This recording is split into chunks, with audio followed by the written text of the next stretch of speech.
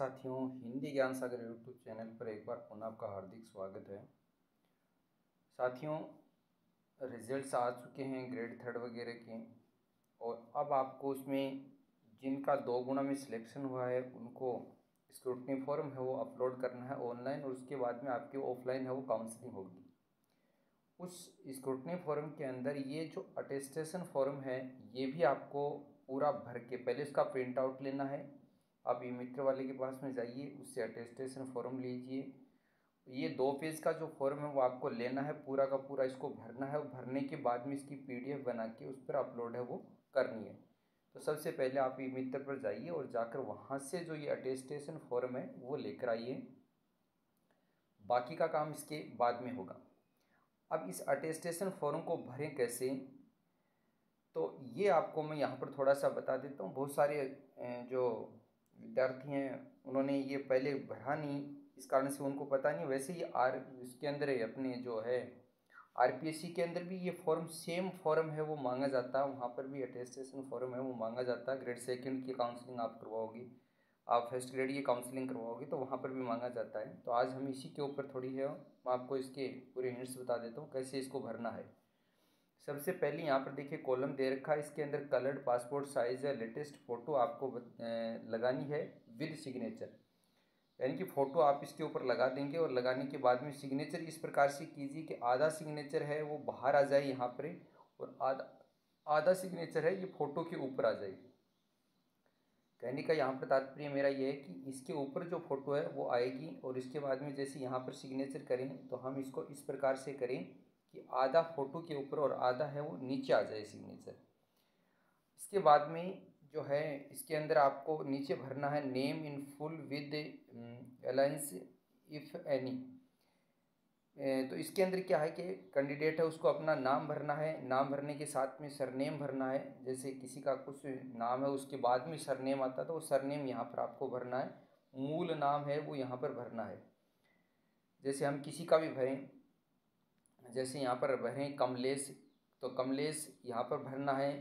उसके बाद में अगर यहाँ पर आगे उसके सरनेम लगा हुआ है, जैसे कमलेश नागर है तो यहाँ पर आगे यहाँ पर नागर जो शब्द है वो यहाँ पर नीचे वाले सरनेम में लिखना है। तो ये बात आपको समझ में आ गई होगी।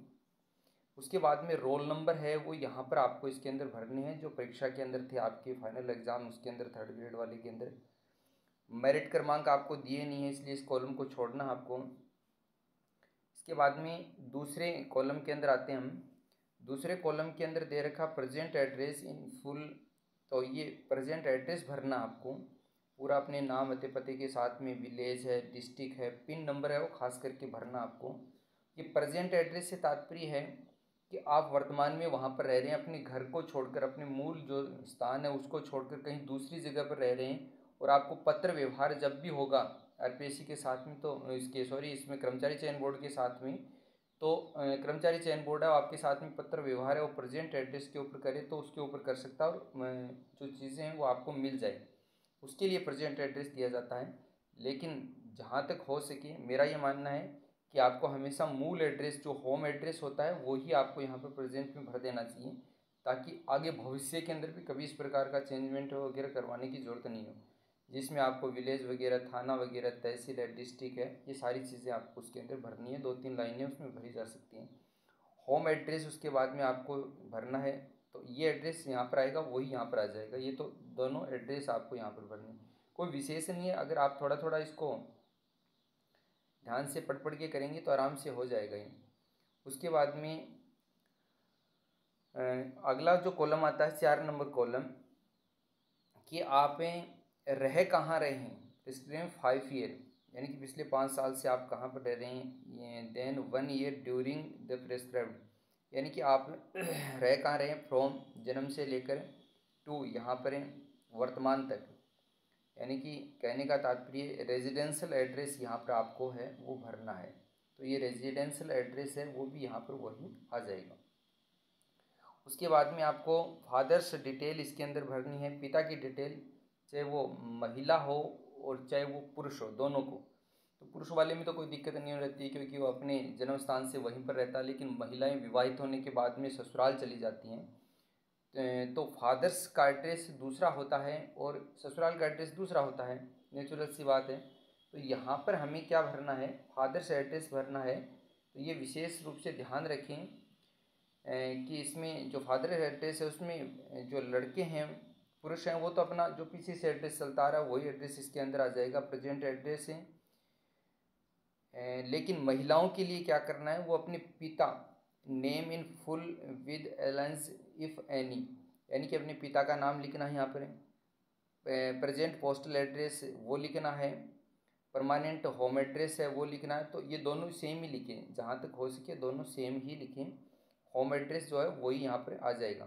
प्रोफेशंस जैसे टीचर हैं या कृषक हैं या फिर आर्मी सर्विस पर्सन है, तो जो भी सर्विस के अंदर है वो सर्विस यहाँ पर आपको लिखनी है। और ऑफिस का जो एड्रेस है वो यहाँ पर देना है। इसके बाद में अगला जो पॉइंट आता है नेशनलिटी ऑफ, यानी कि राष्ट्रीयता की बात यहाँ पर की जा रही है। तो जैसे कोई महिला है कोई पुरुष है, तो पिता है इंडियन है ही, माता है वो इंडियन है।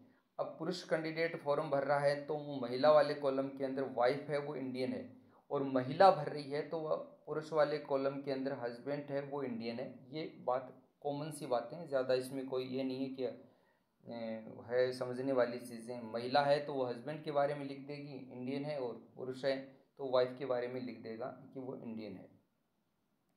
प्लेस ऑफ बर्थ है with name of district and state, यानी कि महिला है तो अपने हस्बैंड के बर्थ स्थान के बारे में और उसके एड्रेस के बारे में, डिस्ट्रिक्ट और स्टेट के बारे में लिख देगी।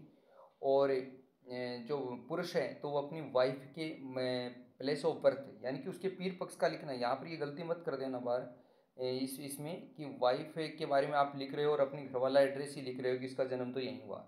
ऐसी गलती आपको इसमें नहीं करनी है। वाइफ का जो जहाँ पर है उसका पीर पक्ष का एड्रेस है वो आपको यहाँ पर लिखना है।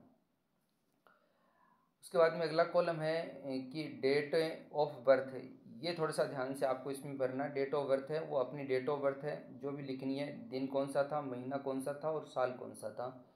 Present age on advertise norms, यानी कि एडवर्टाइज के अंदर आपकी जो डेट ऑफ बर्थ है, जैसे 1/1/2024 के अनुसार इसके अंदर मांगी है, तो आप 1/1/2024 में से अपनी डेट ऑफ बर्थ है वो इसमें से घटा के उसमें कितने साल हो गए, कितने महीने हो गए और कितने दिन के हो गए आप, वो इसके अंदर 1/1/2024 को आधार बना के इसमें लिखना है। एज ऑफ मेट्रिकुलेशन, यानी कि 10वीं करने के समय में, यानी कि जिस साल में आपने 10वीं की थी उस समय में आपकी उम्र कितनी थी, वो साल, महीना और दिन है वो आपको यहाँ पर लिखने हैं। इसके बाद में अगला 8वां पॉइंट जो है उसके अंदर लिखना आपको place of birth, district and state in which it is settled. Place of birth लिखना है, डिस्ट्रिक्ट लिखना है, स्टेट है वो आपको लिखनी है। District and state to which you belonging, यानी कि कौन से ज़िले से और कौन से स्टेट से आप बिलोंग करते हैं, तो वो चीज़ें आपको लिखनी है। यहाँ पर प्लेस ऑफ बर्थ आपका लिखना है, समझ में आ गई। डिस्ट्रिक्ट आपका लिखना है। प्लेस ऑफ बर्थ महिला है तो वो जहाँ से अपने पीर पक्ष से हैं, अगर शादी के बाद में ससुराल में आ गई तो वहाँ का लिखें, पीर पक्ष का लिखना है। शादी के बाद में आ गई तो ससुराल पक्ष का नहीं लिखना है। ये बात महिला के लिए विशेष रूप से ध्यान रखना आपको। डिस्ट्रिक्ट है, स्टेट है, और ये इसमें मांगा है, डिस्ट्रिक्ट और स्टेट है वो लिखा है। धर्म आपको अपना लिखना है इसके अंदर। If you are member of a schedule caste और शेड्यूल ट्राइबल, तो उसमें SC है या ST है उसके लिए आपको इसके अंदर मेंशन है वो करना है। Yes state the name therefore, yes और नो लिखना और स्टेट के बारे में आपको लिखना है। तो ये चीज़ें इसके अंदर आ गई। दूसरा है 10वें नंबर पर जो कॉलम आया है इसके अंदर आपको एजुकेशन क्वालिफिकेशंस शो करनी है। आप मोटा मोटी ये मान के चलिए कि एजुकेशन क्वालिफिकेशंस इसमें 10वीं से लेकर आपको उसके आगे की जितनी भी क्वालिफिकेशन है वो सारी की सारी, जैसे इसमें 10वीं का आ जाएगा, 10वीं जो है वो एड्रेस के अंदर स्कूल का नाम आ जाएगा और वो स्कूल कहाँ पर स्थित है। विलेज है तो विलेज के अंदर, और डिस्ट्रिक्ट है तो डिस्ट्रिक्ट, और पिन नंबर है वो आपको लिखने हैं। ये इसको ज़्यादा इतना पैनिक नहीं लेना है। डेट ऑफ एंट्रिंग, यानी कि 10वीं में आपने, तो जुलाई के अंदर सामान्य तौर पर हम इसके अंदर प्रवेश करते हैं, तो जुलाई जो पासिंग ईयर आपकी 10वीं की, जैसे मार्कशीट के अंदर मिल जाएगी आपकी ये मार्कशीट कब जारी की गई है। जैसे मान लीजिए किसी की मार्कशीट है वो 2009 के अंदर जारी हुई, 10वीं की मार्कशीट, उसमें वो डेट मिलेगी आपको, तो वो डेट यहाँ पर इसके अंदर इंटर करनी है। ठीक उससे एक साल पहले जुलाई के अंदर जो ज़्यादातर सामान्य तौर पर जुलाई के अंदर एडमिशन होते हैं, तो वो एडमिशन वाली डेट है इसके अंदर डालनी है। 10वीं के बाद में आपको 12वीं कहाँ से की, तो वो एड्रेस यहाँ पर स्कूल का नाम है, फिर डेट ऑफ एंट्री आपने कब की, फिर डेट ऑफ लिविंग है वो आपका, वो अलग अलग होती हैं, तब उसकी ऐसी स्थिति के अंदर वो इसके अंदर डालनी है। फिर ग्रेजुएशन कहाँ से किया, फिर एक कॉलम इसके अंदर आप अपना पीजी का मान लीजिए, या उसके अंदर बीएड का मान लीजिए, बीएसटीसी का मान लीजिए, जो भी आपकी प्रशिक्षण की डिग्री है वो 4 नंबर इस कॉलम के अंदर भर दीजिए। और अगर एसटीसी वाले बच्चे हैं तो उसके अंदर 10वीं और 12वीं के बाद में यहाँ पर जो बीएड या बीएसटीसी जो भी आपने की है उसका कॉलम बना लें, या फिर वो उन्होंने भी अगर ग्रेजुएशन किए तो इसमें ग्रेजुएशन लिख दें, और यहाँ पर बीएड बीएसटीसी जो भी उन्होंने किए हैं तो वो कॉलम इसके अंदर भर दें। और इसके अंदर एमए वगैरह आपका जो भी है तो वो इसके अंदर वह भरना है। चारों कॉलम, पाँचों कॉलम के अंदर आप इसके अंदर पूर्ति कर सकते हैं। 4 है तो 4 में कर दीजिए, 5 है तो 5 में है वो कर दीजिए। इस प्रकार से ये आपको क्वालिफ़िकेशन आपकी भरनी है। एंट्रिंग डेट है यानी कि जब आपने इंटर किया उसके अंदर, और लिविंग डेट है वो आपको भरनी है जो मार्कशीट के अंदर मिल जाएगी।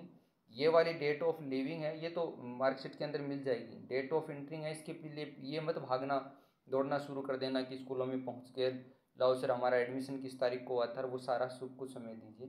सामान्य तौर पर यहाँ पर जैसे 10वीं का जुलाई के अंदर एडमिशन होता है तो जुलाई 2000 जो भी है वो डेट वगैरह आपको इसके अंदर है वो डालनी है। इसके बाद में अगला जो कॉलम है हमारा उसके अंदर क्या डालना है, एम्प्लॉय जो भी है यानी कि जो सर्विस कर रहे हैं तो उसके बारे में किस पोस्ट के ऊपर हैं, कहाँ कब से लेकर कहाँ तक उन्होंने सर्विस की, फुल एड्रेस ऑफ ऑफिस है उसका इसके अंदर डालना है। तो एम्प्लॉयज़ के लिए अगर आप एम्प्लॉयज़ नहीं है तो इसके अंदर NIL नील कर सकते हैं, डैश लाइन नील और आगे इसके अंदर कर सकते हैं। उसके बाद में अगर आप पर कोई दोष सिद्ध हो गया हो, यहाँ पर ये जो कॉलम है इसके अंदर क्या दिया हुआ है, ये कॉलम है इसका अर्थ ये होता है कि अगर आप पर कोई दोष सिद्ध किया होगा, मान लीजिए कोई मामला कोर्ट के अंदर था तो आपके लिए उसमें जो दोष सिद्धि के रूप में आपके लिए उसमें क्या सज़ा दी गई थी वो चीज़ यहाँ पर है वो लिखनी है। किसी अधिकारी के द्वारा या कोर्ट के द्वारा जो भी आपके ऊपर केस वगैरह चल रहा हो तो उसका मेंशन है वो यहाँ पर चल रहा हो, वो नहीं है, दोष सिद्ध हो गया आपके ऊपर, फाइनल फैसला आ गया, फाइनल वर्डिक्ट जो है वो आगे हो और उसको यहाँ पर है वो लिखने हैं। केस ख़त्म हो गया तो उसको वहाँ पर लिखना है।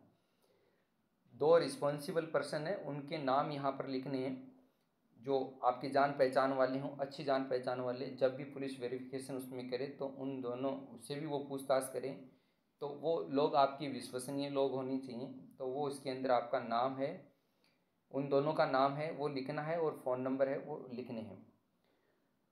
उसके बाद में एक गजटेड ऑफिसर का है उसकी जो है आपको सील लगानी है नीचे वाले कॉलम के अंदर। यहाँ पर आपको अपने साइन करने हैं, स्थान और डेट है वो आपको इसमें भरनी है, नाम आपको इसमें यहाँ पर अपना भरना है।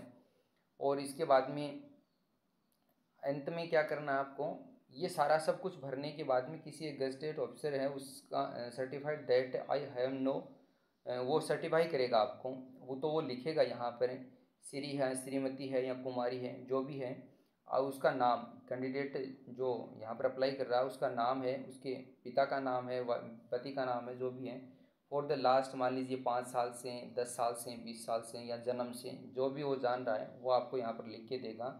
यहाँ पर सिग्नेचर करेगा, उसकी रबड़ स्टैम्प है वो आपको यहाँ पर लगानी है, वो बाकी अपना जो पद वगैरह यहाँ पर लिख देगा, प्लेस है और डेट है वो लिख देगा, वो सारा सब कुछ वो करके दे देगा आपको। वहाँ पर जाओगे अपनी कोई भी जान पहचान वाला कोई गजटेड ऑफिसर हो तो किसी भी रैंक का, कोई फर्स्ट ग्रेड हो या फिर प्रिंसिपल हो या फिर अन्य कोई अधिकारी हो, तो उससे साइन है वो आपको करवाने हैं और ये फॉर्म है वो फिल आपको पूरा करना है।